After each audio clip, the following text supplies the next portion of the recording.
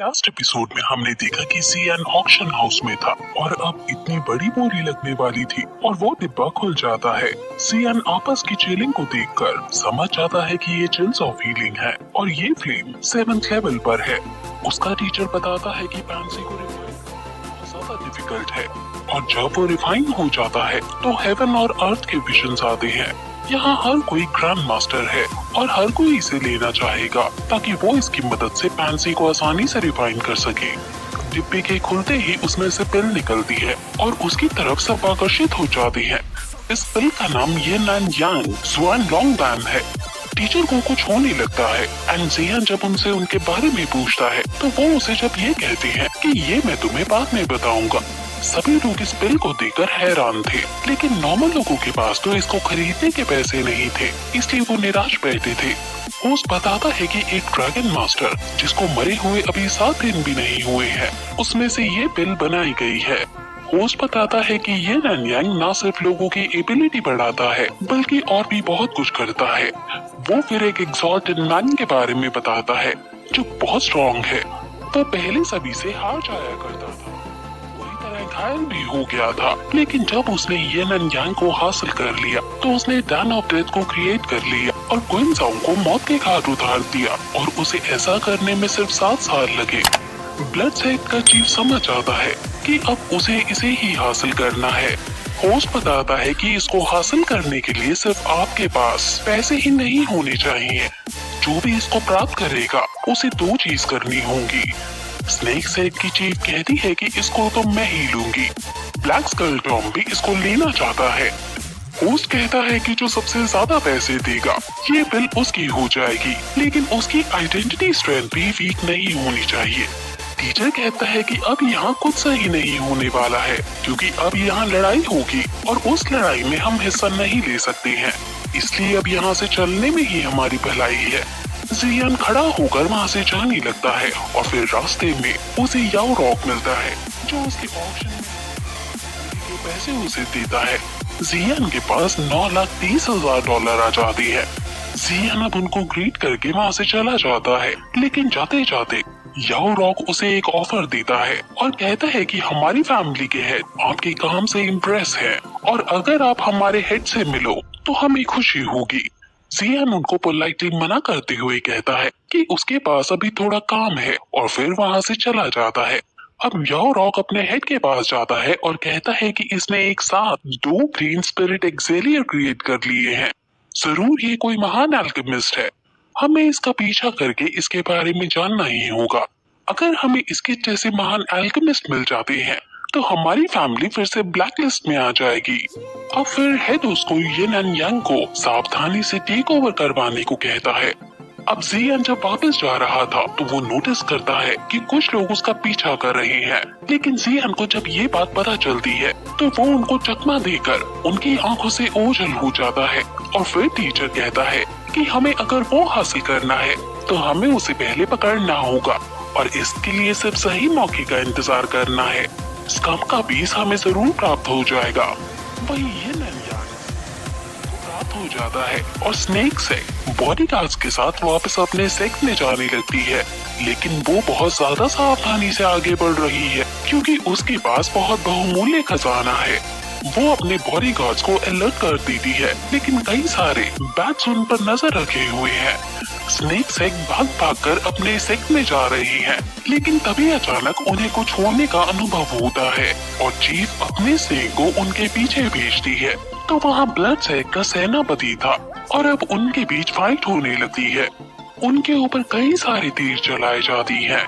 उनके बीच फिर बहुत ज्यादा आइकॉनिक लेवल की फाइट होती है, जैसे हमने फाइट जियामा एम्पायर के अंदर देखी थी। ये वैसी वाली फाइट नहीं है, उनके पास कुछ डिवाइन एबिलिटीज और फ्लेम्स है जिनका ये यूज करते हैं। ब्लड सेट का सेनापति उसे ये नैन यांग के बदले उनकी जान बख्शने को कहता है, लेकिन वो नहीं मानती और दोनों में फाइट शुरू हो जाती है। ब्लड सेट बहुत ज्यादा शक्तिशाली था और ब्लड सेट के लोग स्नेक सेट के सैनिकों को बहुत बेरहमी से खत्म कर रहे थे। स्नेक सेट की चीफ को छोड़कर स्नेक सेट के सभी लोग अब घायल हो चुके हैं और सेनापति फिर से चीफ से पूछता है कि अभी भी टाइम है, अपनी जान तुम बचा सकती हो। चीफ उसकी नहीं सुनती और वो अपनी तलवार लेकर सेनापति पर हमला कर देती है। वहीं जियान भी इधर ही आ रहा था और टीचर बताता है कि मुझे अपने आगे कई सारे ताकतवर लोगों के होने का एहसास हो रहा है। स्नेक सेक की चीफ काफी ज्यादा स्ट्रॉन्ग है और वो ब्लड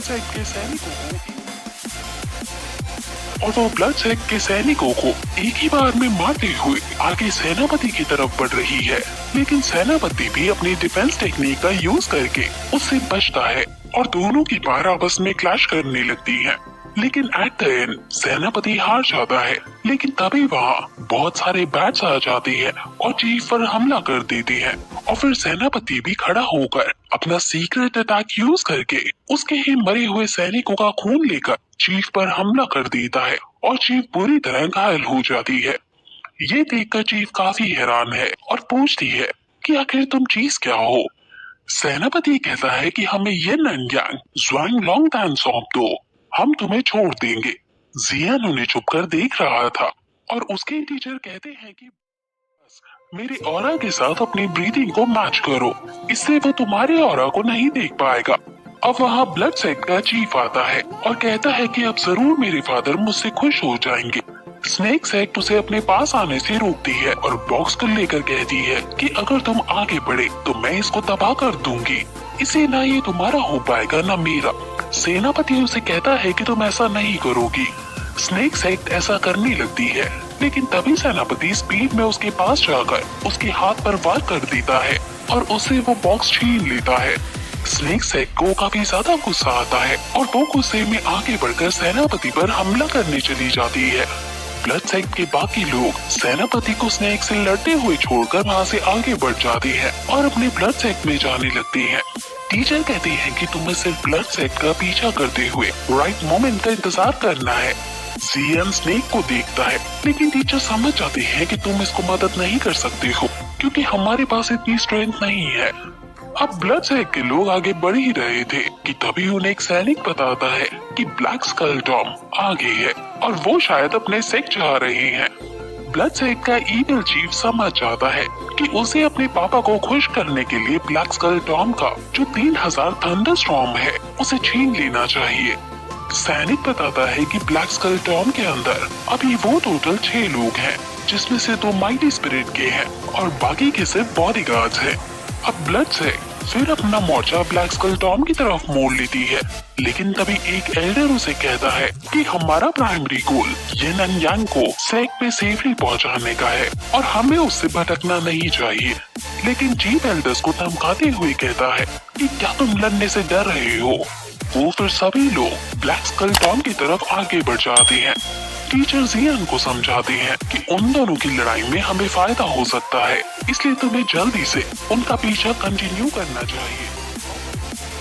तो ब्लैक स्कल टॉम से लड़ते हुए देखते हैं और ब्लड से बेरहमी के साथ ब्लैक स्कल टॉम को हाथ पैर से कुचल कर दर्द से भरी मौत दे रही थी। लेकिन ब्लैक स्कल टॉम का चीफ जान बचाकर वहाँ से जब भागने की कोशिश करने लगता है तो एल्डर उसको पकड़ लेता है। वो कहता है कि अगर तुमने मुझे मार दिया तो मेरी क्लैन इसका बदला जरूर लेगी। एल्डर कहता है कि लेकिन उन्हें बताएगा कौन कि हमने तुम्हें मारा है। ब्लड सेक्ट उसे मारकर 3000 स्टॉर्म हासिल कर लेती है। लेकिन तभी चीफ जियान को नोटिस कर लेता है जो झाड़ियों में छुपा हुआ था और उस पर अपना चाकू फेंक देता है। जियान उनके सामने आता है जिस पर ब्लड सेक्ट कहता है कि अब तुम्हारी बारी है। जियान कहता है कि तुमने मेरे बारे में सच जान ही लिया और फिर इसके बाद ये एपिसोड यही खत्म हो जाता है।